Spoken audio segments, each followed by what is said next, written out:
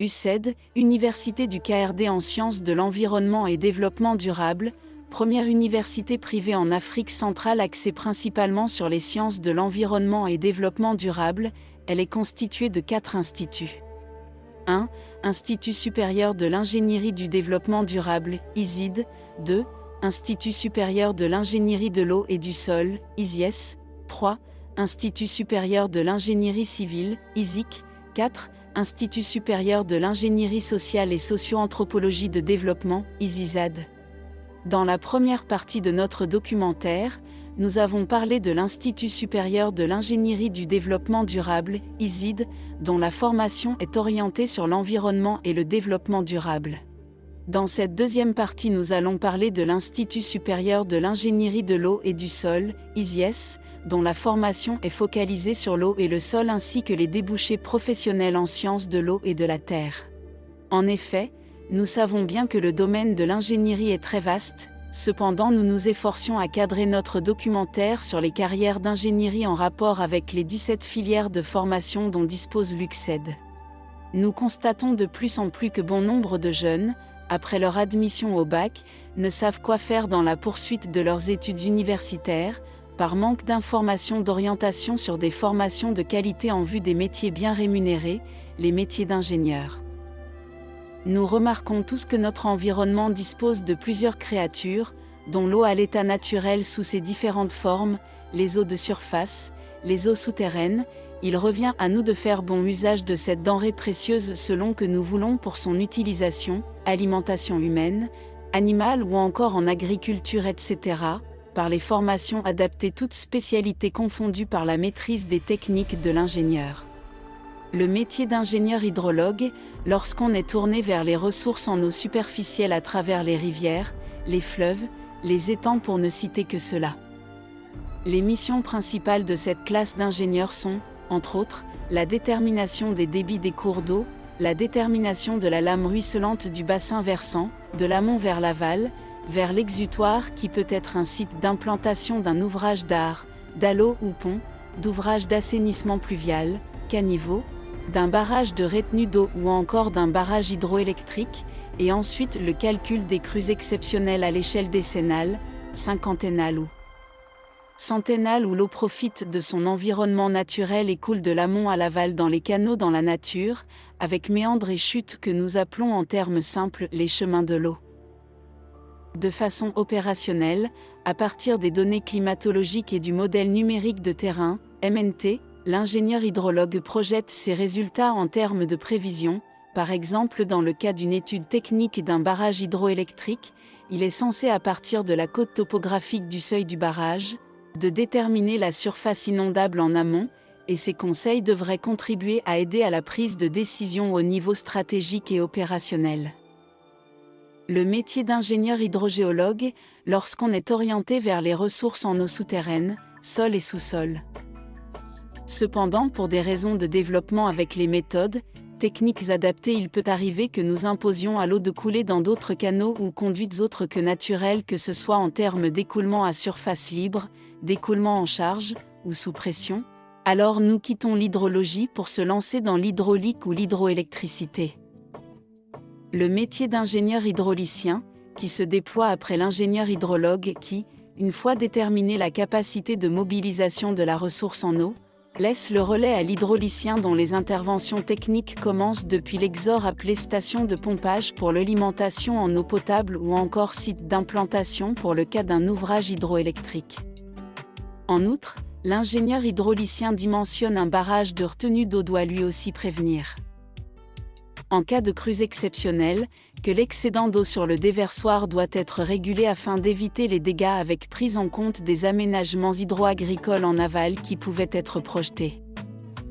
Outre l'ingénieur hydraulicien, d'autres spécialités prennent corps, l'ingénieur électricien qui pourra aussi intervenir plus loin dans le transport et la distribution de l'énergie électrique, l'ingénieur hydromécanicien, l'ingénieur génie civil, qui pourra lui aussi intervenir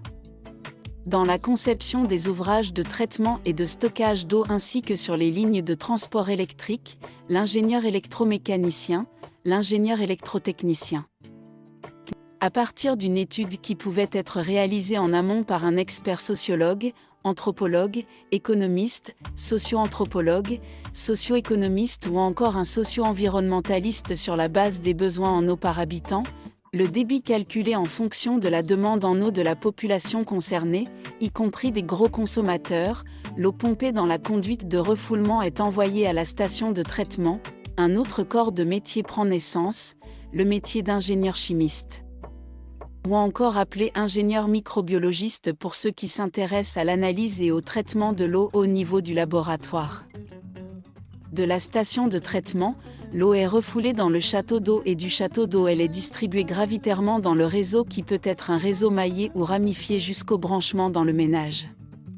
Ainsi, l'eau potable, une fois utilisée par le ménage, est rejetée sous forme d'eaux usées ou d'eau polluée et un autre métier connaît le jour, celui de l'ingénieur du génie sanitaire qui doit être préoccupé à ne pas polluer la nappe phréatique et que les effluents traités et rejetés peuvent aussi servir pour l'irrigation dans les zones où l'eau se fait rare. Donc rien ne sert de bricoler.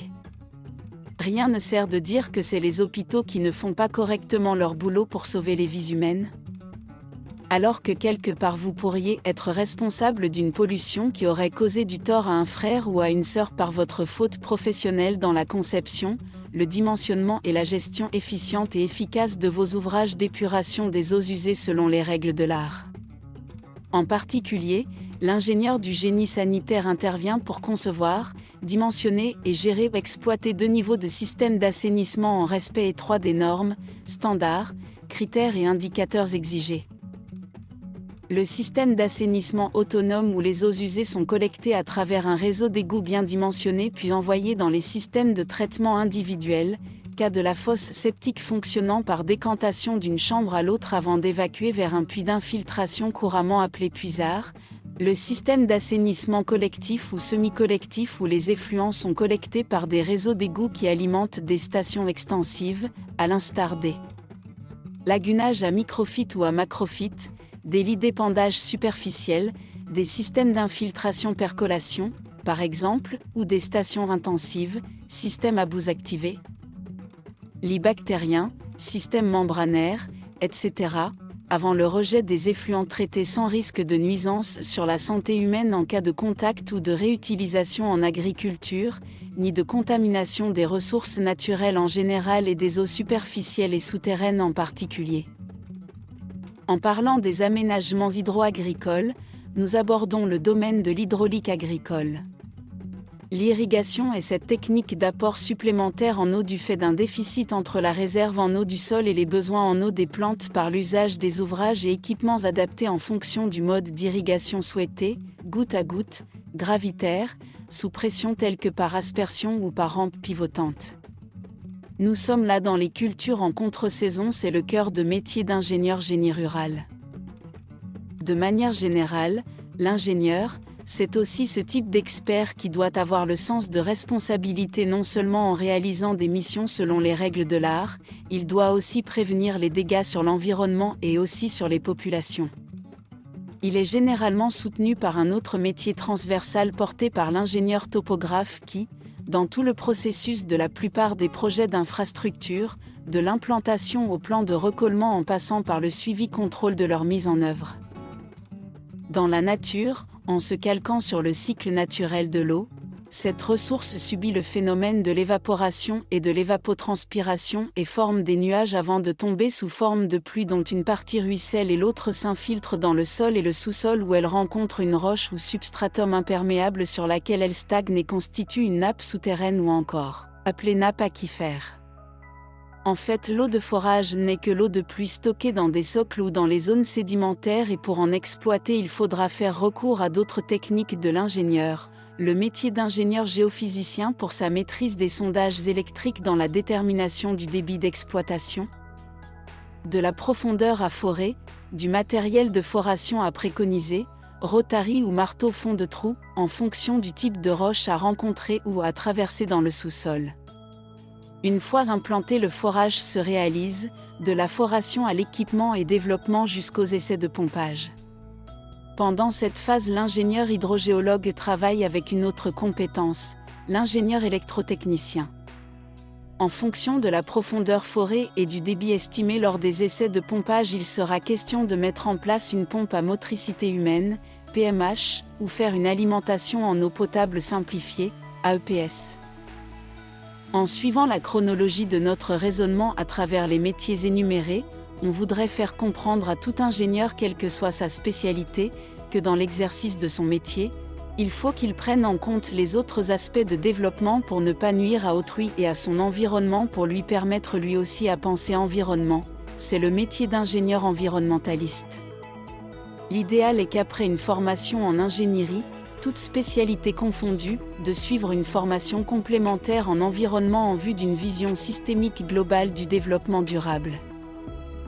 De façon spécifique sur le volet assainissement, les évolutions constatées sur les diverses spécialités émergentes dans l'ingénierie font de plus en plus de recommandations en matière de gestion productive des déchets solides et liquides produits, tant dans les ménages que dans les industries, les marchés, les services, déchets ménagers, déchets plastiques. Par exemple, si chaque personne pouvait comprendre que ses urines ou ses selles pouvaient être récupérées pour produire quelque part un autre sous-produit utilitaire pour le développement de nos sociétés, elle en prendrait soin.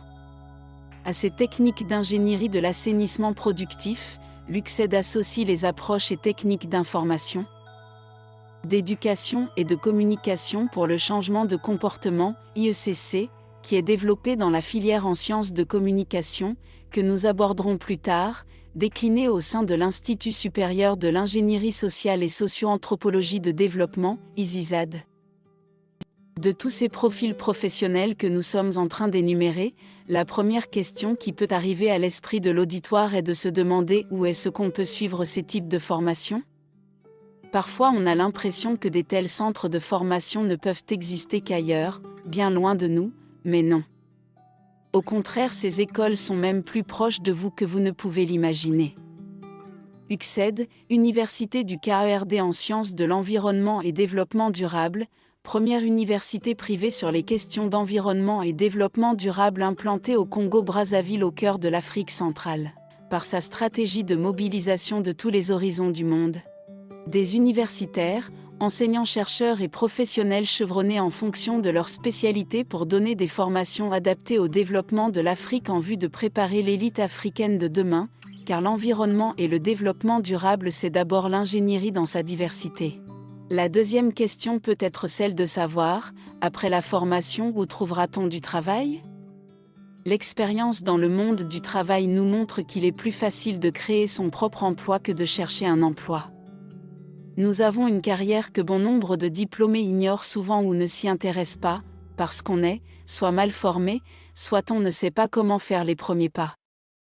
C'est la carrière d'ingénieur consultant indépendant qui ne vous exige pas un capital social en termes d'argent pour pouvoir se lancer, sinon mettre en jeu votre matière grise, vos compétences acquises lors de votre formation combinant la théorie et la pratique.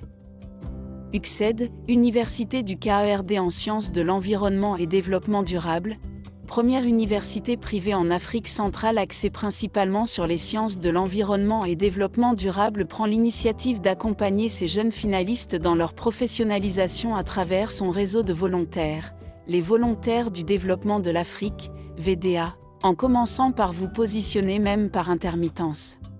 sur des projets de recherche de l'UCSED ou de ses partenaires dans le cadre de la maîtrise des œuvres, de la maîtrise d'ouvrage déléguée ou encore dans les missions d'assistance technique à l'échelle africaine. En effet, même avec la licence, vous pouvez aussi avoir la possibilité de suivre vos études de master étant sur le terrain, en situation d'insertion professionnelle. Cette démarche permettra d'amorcer votre visibilité au plan professionnel aux fins de vous faire découvrir par des bureaux d'études, des entreprises ou même par des partenaires au développement en vue de décrocher dans la mesure du possible un contrat de consultance plus alléchant et penser libérer la place à d'autres diplômés qui sont alors en attente. La clé de ce métier d'ingénieur consultant est d'avoir bénéficié d'une formation professionnelle soutenue, une formation de qualité, bref une formation qui vous permet d'avoir des bases techniques solides, car si l'on maîtrise bien son domaine de compétences, on a le cœur tranquille, on est fier, très fier de vanter ce métier d'ingénieur quel que soit le pays où vous vous trouverez. Si les premiers qui ont commencé cette aventure ont réussi et gagnent bien leur vie, au point même, à partir de leur pays de résidence, ils travaillent sur des projets d'autres pays ou d'autres sous-régions d'Afrique pour le compte des partenaires techniques et financiers, pourquoi pas vous? En commençant vos premiers pas en tant que consultant freelance sans lien de subordination. Vous prenez au fur et à mesure le goût de créer un jour votre propre structure, bureau d'études ou entreprise, afin d'élargir ou développer le secteur privé dans votre pays et en Afrique. Il faut oser ce métier noble et plein d'espoir et vous faire découvrir dans ou à l'extérieur de votre pays, car le temps de l'État-providence est déjà dépassé. Marquons une pause avant de continuer sur l'ingénierie du sol et les débouchés professionnels qui en découlent. Lucid, l'excellence africaine.